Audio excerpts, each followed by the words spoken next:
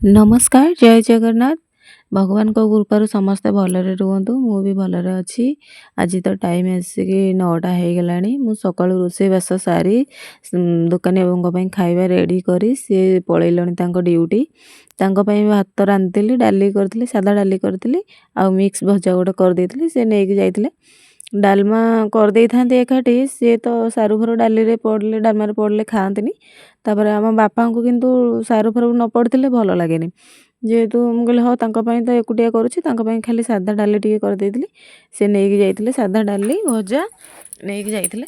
ଆଉ ଏଠି ନା ମୁଁ ଏଠି ବସିକି ଚୁଡ଼ା ଭଜା ଚୋବଉଛି। ସକାଳର ଜଳଖିଆ ମୋର ଚୁଡ଼ା ଭଜା ଆଉ ଭଜା ମିକ୍ସ ଭଜା ଯେଉଁ କରିଥିଲି ସେକୁ ଖାଉଛି। ସବୁ ଗୃହିଣୀମାନେ ଏମିତି ଥାଆନ୍ତି କି ମୁଁ ଏକୁଟିଆ, ମୁଁ ବେଳେବେଳେ ବି ନିଜେ ଜାଣିପାରିବି। ମୁଁ ବସିକି ଏକ୍ସଟ୍ରା ଗୋଟେ ଜାଗାରେ ବସିକି ଖାଇବି, ତାପରେ ଆସିକି କାମ କରି ମୋତେ ସେଇଟା ଭଲ ଲାଗେନି। ମୁଁ ସେଥିଲାଗି ଚୁଲି ମୁଣ୍ଡେ ଯାହା ଜଳଖିଆ ଖାଇବାର ଥାଏ ଚୁଲି ମୁଣ୍ଡେ ଖାଇଦିଏ। ଆଉ ଏଇଲେ ତ ପଞ୍ଚୁକ ଚାଲିଛି, ପିଆଜ ରସୁଣ କିଛି ହେବନି। ମୁଁ ଖାଲି ଚୁଡ଼ା ଟିକେ ଛୁଙ୍କ କରିଦେଇଥିଲି, ତାଦେହରେ ଭଜା ଗୋଳେଇକି ଖାଇ ଦେଇଥିଲି। ଆଉ ରୋଷେଇ ସରିଲେ ଖାଇବି। ଆଉ କାମ ପଡ଼ିଥିବ ବସିକି ଖାଇକିରି ପୁଣି ଆସି କାମ କରିବାକୁ ମୋତେ ଭଲ ଲାଗେନି। ସେପଟେ ବି ମୋର ଭାତ ହେଇସାରିଲାଣି। ଭାତ ରାନ୍ଧି ସାରିକି ଡାଲମା ବସେଇଛି। ଡାଲମା ପାଇଁକା ପନିପରିବା ସବୁ କଟାକଟି କରୁଛି। ଏପଟେ ଗୋଟେ ଜହ୍ନି ରଖିଥିଲି, ଜହ୍ନି ବାପା ଆମର ଆଣିଥିଲେ ନା, ଜହ୍ନି ପୋଡ଼ିକି ଆଜି ଗୋଟେ ପାଗ କରିବି। ଜହ୍ନି ଆଳୁ ବାଇଗଣ ସବୁ ପୋଡ଼ାପୋଡ଼ି କରି ଆଜି ଗୋଟେ ପାଗ କରିବି। ପଞ୍ଚୁକରେ ପୋଡ଼ାପୋଡ଼ି ଖାଆନ୍ତି କି ନାହିଁ ମୁଁ ଜାଣିନି, କିନ୍ତୁ ପାଟି ଯେହେତୁ ଭଲ ଲାଗୁନି ସାଧା ଖାଇ ଖାଇ, ଆଉ ଇଚ୍ଛା ହେଲା ଟିକେ ପୋଡ଼ାପୋଡ଼ି ପାଗ କରି ଖାଇବା ପାଇଁକା। ଆଉ ଏଠି ମୁଁ ଡାଲମା ପାଇଁକା ସବୁ ପନିପରିବା ବି ପକାଇ ସାରିଲାଣି, ଡାଲମା ବସେଇବି। ଆଉ ଭାତ ରାନ୍ଧି ସାରିଛି, ଡାଲମା ବସେଇବି।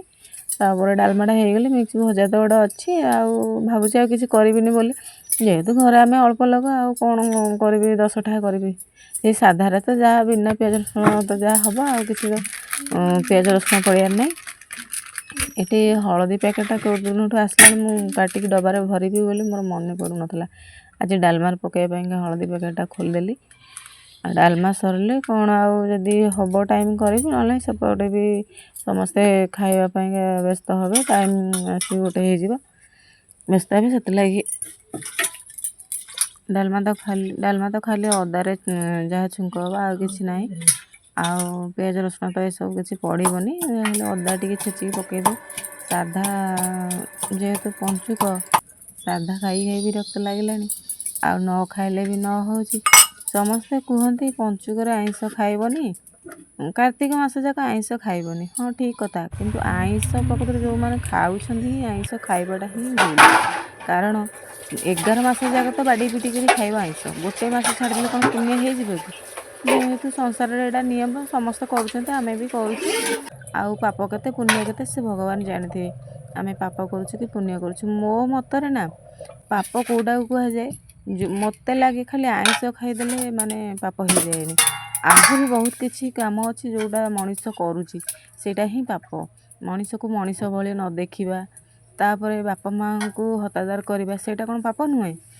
ବର୍ଷକ 12 ମାସ ତୁମେ ଯଦି ଆଇଁଷ ଛାଡ଼ିକିରି ବାପା ମାଆଙ୍କୁ ହତାଦାର କରୁଥିବ, ମଣିଷକୁ ମଣିଷ ଭଳି ଦେଖୁନଥିବ, ଗରିବ ଲୋକଙ୍କୁ ହଇରାଣ କରୁଥିବ, ସେଇଟା କ'ଣ ପାପ ନୁହେଁ କି? ଖାଲି ଆଇଁଷ ଛାଡ଼ିଦେଲେ ମାନେ ପାପ ହେଇନଥାଏ, ମାନେ ପୁଣ୍ୟ ହେଇନଥାଏ।